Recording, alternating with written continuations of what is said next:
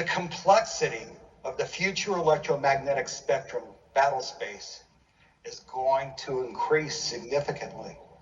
The amount of useful RF spectrum will continue to decrease as all parties, friendly, adversary, and neutral, employ RF technologies for all reasons. Concurrently, the global proliferation of advanced electronics technologies is enabling our adversaries to develop and more effectively tools and more effectively contest our use of the electromagnetic spectrum battle space by hindering and denying our ability to see and communicate, and thus effectively employ our forces. This means that future military EMS systems will require enabling technologies and architectures, and also commensurate test and evaluation capabilities to ensure the systems we're developing perform as advertised. Recall what I said about digital twins, and let's apply that to the EMS battle space.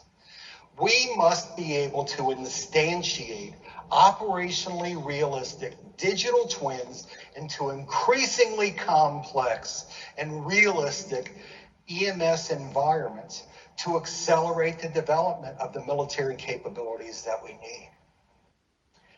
We need this much because much of this work is either too costly or it's very, very difficult to impossible to replicate in open air test ranges. Now, this brings me to a digital engineering environment, really a success story that was developed specifically for the Air Force for RF applications, including radar and electromagnetic warfare, RFView.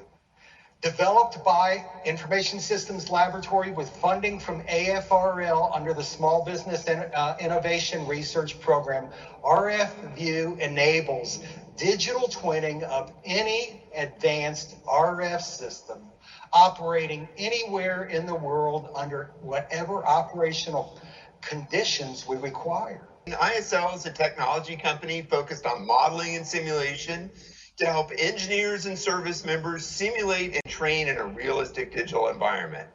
The software tool RFView pulls from classified and unclassified databases and allows engineers to simulate real, complex, real-world radar and EW scenarios and take those simulations into the real world with a full hardware-in-the-loop environment emulation using NI RF transceivers and software.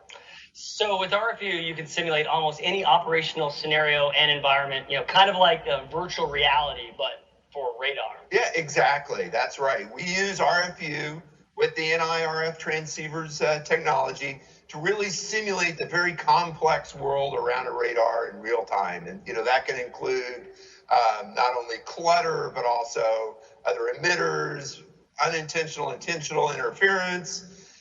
That's really a very complex environment. And this really, by using this technology, allows us to test against many more of those threats than you ever could in the open range. Basically, it allows us to fly your radar anywhere in the world, right in your lab. Well, so we got the radar spinning here. Why don't you tell us a little bit about what's happening here with this particular setup?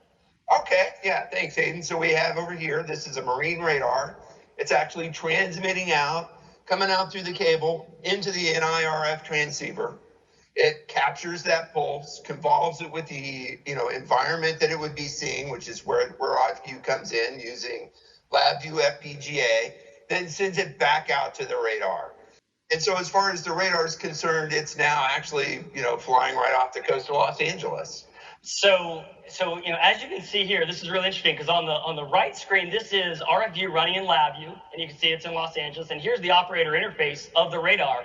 And as you can see, the terrain data matches because of that terrain database that's running on the FPGA. And as you just saw, what just happened is it updated, downloaded a new terrain database to the FPGA, and now we're flying in lovely Yellowstone. Wonderful. It seems like we're flying this radar all over the place. Yeah, absolutely. And as far as the radar is concerned, it really thinks it's there.